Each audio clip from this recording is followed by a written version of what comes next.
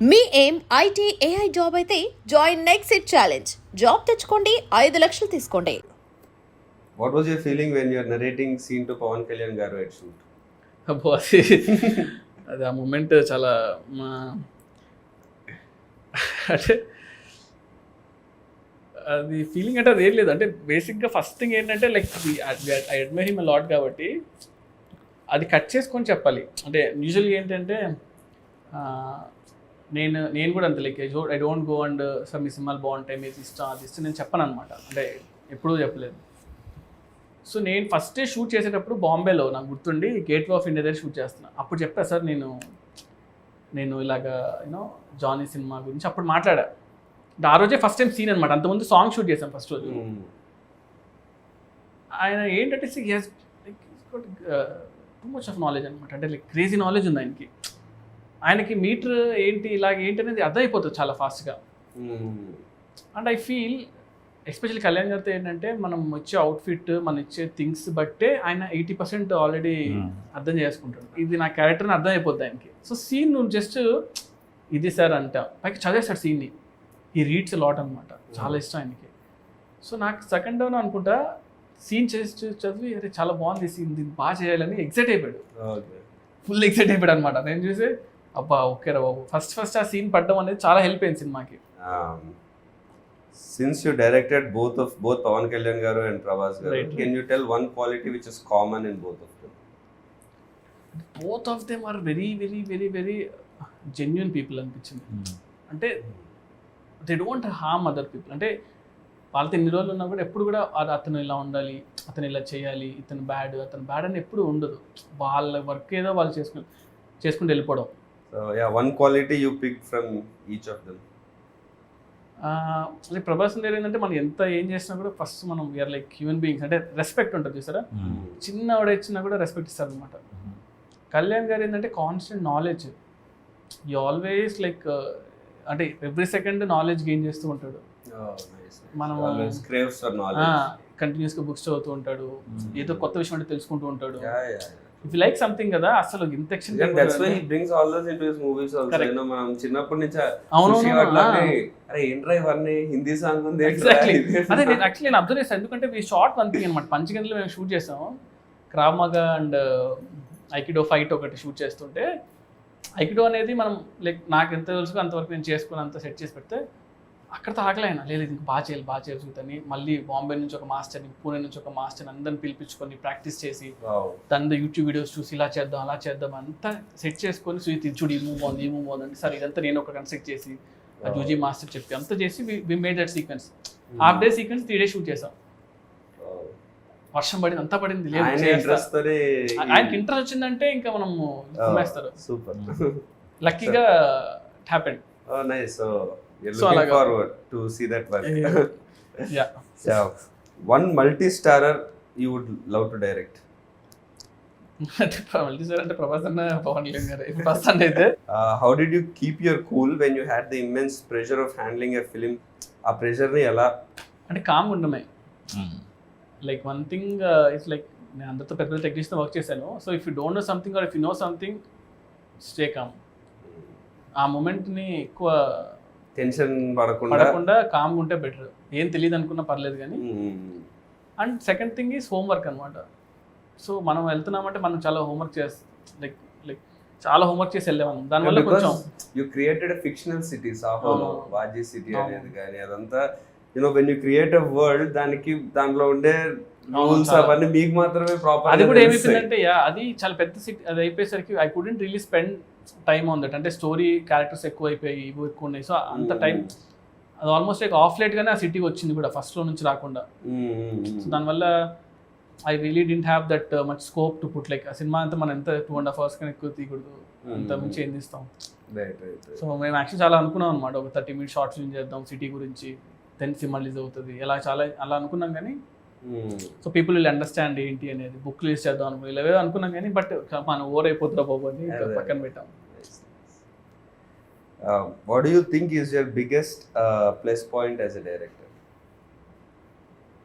Biggest plus point, biggest strength? అంటే I don't get tension అంతే. అంటే స్టేయింగ్ కూల్, అంటే అంటే స్కూల్గా ఇంటెన్షన్ కూడా కాదు కానీ solution I get working towards solution. ఆ సొల్యూషన్ వచ్చేస్తుంది నాకు. Good thing like I will ఏదైనా వర్స్ట్ ఇమీడియట్ గా వచ్చేస్తుంది అది. నేను అదే చెప్తుంటా కూడా యూజువలీ లైక్ ఆ సిచ్యువేషన్ మన ఏమవుద్ది మహా అంటే ఏమవుద్ది చంపారు కదా, తగ్గితే వెళ్ళరు కదా. సో ఎందుకంటే మీరు రాసుకున్నవన్నీ షూట్ లో 100% అవ్వవు కదా. That's the point where shooting is the point where మీరు రాసుకున్న స్క్రిప్ట్ అంటే అక్కడ 100 మంది చేతిలో ఉంటుంది, లైట్ మెన్ చేతిలో, వాళ్ళ చేతిలో, వీళ్ళ చేతిలో. Run Raja run, Saaho, OG, what's more special for you? Run Raja run super. Pan Indian action cinema versus mass commercial cinema, what you want? Pan India sleek action or మస్త్ మాస్? అంటే మాస్ కమర్షియల్ తేలు ఉంది actually. I mean like waiting, అంటే chance వస్తే maybe after this అనుకుంటా. Yeah okay. 1000 crore collection versus Oscar award? రెండు అవసరం లేదు. లైక్ నో, రెండు హిట్ ఉంటే చాలు సినిమా. యాక్చువల్ అది ఇచ్చే కిక్ నాకు తెలిసి ఏది ఇవ్వదు. ఇవన్నీ ఎక్స్ట్రా బోనస్లేమో. ఫస్ట్ రోజు మనకి హిట్ రా బాబు మన సినిమా అనే ఒక రిలాక్సేషన్ అది చాలు. I mean so what you biggest star versus highest budget? అంటే బిగ్గెస్ట్ స్టార్ బడ్జెట్ ఉంటుంది, హైయెస్ట్ బడ్జెట్ కానీ నార్మల్ హీరో. అంటే like highest budget generally doesn't happen like that, but imaginary case లో చెప్తున్నా. యా బడ్జెట్ ఎక్కువ ఉండి నార్మల్ హీరో అంటే maybe అంటే సంథింగ్ టైం ఉంటుంది, అన్నీ ఉంటాయి అనిపిస్తుంది, రిస్ట్రిక్షన్స్ ఉండవు. మీకు కావాల్సినట్టు మీరు సినిమా చేసుకోవచ్చు కానీ దాన్ని ఎలా ఎవరు చూస్తారో తెలియదు, అదొకటే ప్రాబ్లం. బట్ స్టిల్ అది కూడా ఉంది. మన కోసం మన మీద చూసుకోవాలేమో.